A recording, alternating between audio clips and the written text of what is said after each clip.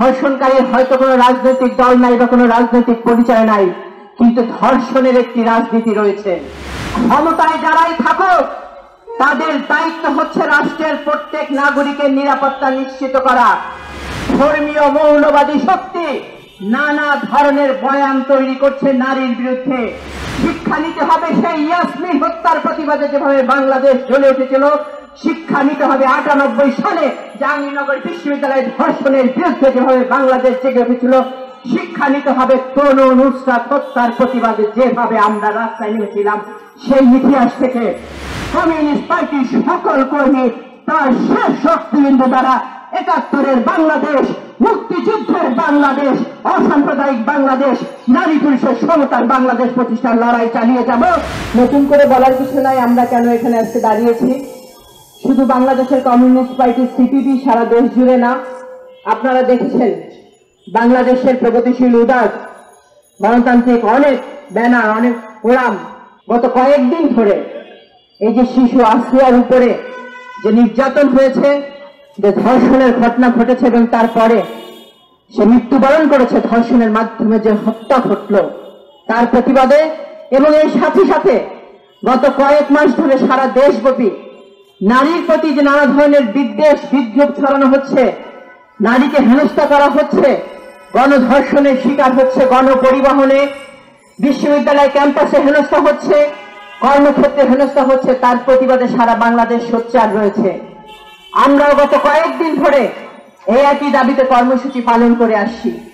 আজকে এখানে আমরা দাঁড়িয়েছি ছোট্ট শিশু আমাদের সন্তান সহ আসিয়ার শোক সন্তপ্ত পরিবারের সাথে তার বেদনাকে ভাগ করে নেওয়ার জন্য, তাদের যে শোক তার প্রতি সমবেদনা জ্ঞাপন করার জন্য, কিন্তু শুধুমাত্র শোক প্রকাশ করার জন্য না, খুব সুস্পষ্ট করে কমিউনিস্ট পার্টির পক্ষ থেকে এখানে আমরা জানিয়ে যেতে চাই।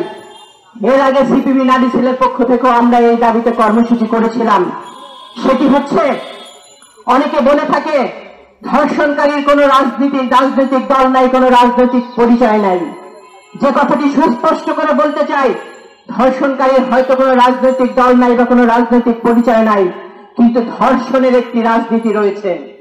সেই রাজনীতি হচ্ছে একটি অংশ দ্বারা আরেকটি অংশকে শোষণ করা, একটি অংশকে অবদমন করে রাখা, নিপীড়ন করা। সমাজে যারা নিজেদেরকে শক্তিশালী মনে করে তারা অন্যের উপরে নির্যাতন চালায়, নিপীড়ন চালায়। আর রাষ্ট্র হচ্ছে তাদের পৃষ্ঠপোষক হয় কিভাবে? সেই যে অপরাধ করে সেই অপরাধের বিচারকে তারা নির্দিষ্ট না করে, দৃষ্টান্তমূলক শাস্তি না দিয়ে। আপনারা জানেন, এর আগের বক্তারা বলেছে, আমাদের পার্টির সাধারণ সম্পাদক বলেছেন, আমরা এইখানে এই প্রেস ক্লাবে আজকে এখানে যে দাবিতে দাঁড়িয়েছি, বাংলাদেশের মানুষের এই দাবিতে এখানে দাঁড়ানোর কথা ছিল না, আমরা চাইনি। আমরা তনু হত্যার বিচারের প্রতিবাদে, আমরা নুসরাত হত্যার বিচারের প্রতিবাদে তখন গণভবন থেকে বঙ্গভবন বাংলাদেশের বামপন্থীদের আহ্বানে মানব প্রাচীর তৈরি করেছিলাম। আমরা ওই নোয়াখালী ফেনী পর্যন্ত লং মার্চ করেছিলাম। আজকে দেখেছেন যে সেই নুসরাত হত্যার পরে যে ওসি মামলা নিতে চায়নি, উপরন্ত ভিন্ন খাতে প্রবাহিত করতে চেয়েছিল, নুসরাতের পরিবারকে তারা হেনস্থা করেছিল।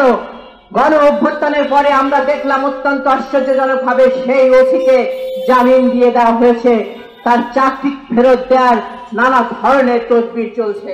কাজেই আমরা সুস্পষ্ট করে বলতে চাই, ক্ষমতায় যারাই থাকুক তাদের দায়িত্ব হচ্ছে রাষ্ট্রের প্রত্যেক নাগরিকের নিরাপত্তা নিশ্চিত করা, বিশেষ করে নারীর নিরাপত্তা নিশ্চিত করা। বাংলাদেশের নারী সমাজকে, বাংলাদেশের প্রগতিশীল সমাজকে এই আহ্বান রাখতে চাই, একটি সমাজে, একটি রাষ্ট্রে যখন গণতন্ত্র না থাকে, তখন সেই সমাজে যে শোষণ নিপীড়ন চলে তার প্রথম আক্রান্ত হয় প্রান্তিক জনগোষ্ঠী। আপনারা দেখেছেন গত 16 বছরে বাংলাদেশে কত ধর্ষণের ঘটনা ঘটেছে। ওই ছাত্রলীগ আমার বিশ্ববিদ্যালয়, জাহাঙ্গীরনগর বিশ্ববিদ্যালয় ক্যাম্পাসে তারা ধর্ষণ করে সেঞ্চুরি করেছিল। আবার ঢাকা বিশ্ববিদ্যালয়ে হেনস্থার ঘটনা ঘটেছে, পুলিশ দ্বারা, কলেজের শিক্ষক দ্বারা, বিশ্ববিদ্যালয়ের শিক্ষক দ্বারা নারীরা নির্যাতিত হয়েছে। স্বৈরাচারী ফ্যাসিস্ট সরকারের আমলে একটিও বিচার হয়নি। তারই ধারাবাহিকতা আমরা দেখতে পাচ্ছি। উপরন্তু তার সাথে যেটা যোগ হয়েছে, ধর্মীয় মৌলবাদী শক্তি নানা ধরনের বয়ান তৈরি করছে নারীর বিরুদ্ধে, সমাজকে নারীর বিরুদ্ধে বিদ্বেষমূলক নানা ধরনের মনোভাব তারা তৈরি করছে, প্রচারণা করছে। আমরা খুব সুস্পষ্ট করে বলতে চাই, একটি গণতান্ত্রিক বাংলাদেশ, একটি নারী পুরুষের সকলের সমান অধিকারের বাংলাদেশ প্রতিষ্ঠার জন্য এই জুলাই আগস্টের গণ অভ্যুত্থান বাংলাদেশের মানুষ করেছিল। এই জায়গা থেকে সরে এসে যদি কোন নিপীড়কের পৃষ্ঠপোষকের ভূমিকায় আপনারা অবতীর্ণ হন অতীত থেকে, তাহলে শিক্ষা নিতে হবে। শিক্ষা নিতে হবে সেই ইয়াসমিন হত্যার প্রতিবাদে যেভাবে বাংলাদেশ জ্বলে উঠেছিল, শিক্ষা নিতে হবে 98 সালে জাহাঙ্গীরনগর বিশ্ববিদ্যালয়ের ধর্ষণের বিরুদ্ধে যেভাবে বাংলাদেশ জেগে উঠেছিল, শিক্ষা নিতে হবে তনু নুসরাত হত্যার প্রতিবাদে যেভাবে আমরা রাস্তায় নেমেছিলাম। সেই ইতিহাস থেকে আমাদেরকে সেই পথে হাঁটতে বাধ্য করবেন না। বাংলাদেশের কমিউনিস্ট পার্টিকে, বাংলাদেশের নারী সমাজকে সেই পথে হাঁটতে বাধ্য করবেন না।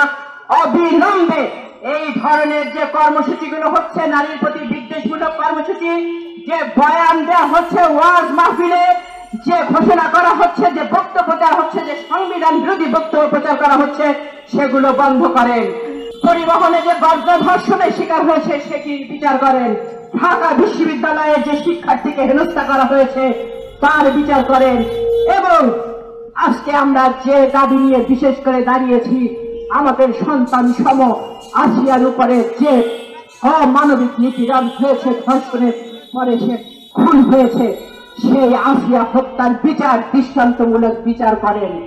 এবং এই বিচার যদি না করেন, আমাদের এই লড়াই সকল মানুষের সমান অধিকার প্রতিষ্ঠার লড়াই, নারী নির্যাতন বিরোধী লড়াই, ধর্ষণ বিরোধী লড়াই, মুক্ত বাংলাদেশ, গণতান্ত্রিক বাংলাদেশ প্রতিষ্ঠার লড়াই আমরা কমিউনিস্ট পার্টি অতীতের মতো চালিয়ে যাব।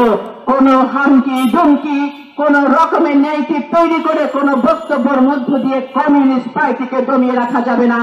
আমরা আমাদের আদর্শিক লড়াই কমিউনিস্ট পার্টির সকল কর্মী তার শেষ শক্তিবিন্দু দ্বারা ৭১-এর বাংলাদেশ, মুক্তিযুদ্ধের বাংলাদেশ, অসাম্প্রদায়িক বাংলাদেশ, নারী পুরুষের সমতার বাংলাদেশ প্রতিষ্ঠার লড়াই চালিয়ে যাব। সেই লড়াই সংগ্রামে আগামী দিনে আপনাদের সাথে দেখা হবে, সেই আশাবাদ ব্যক্ত করে আমি আমার বক্তব্য শেষ করছি।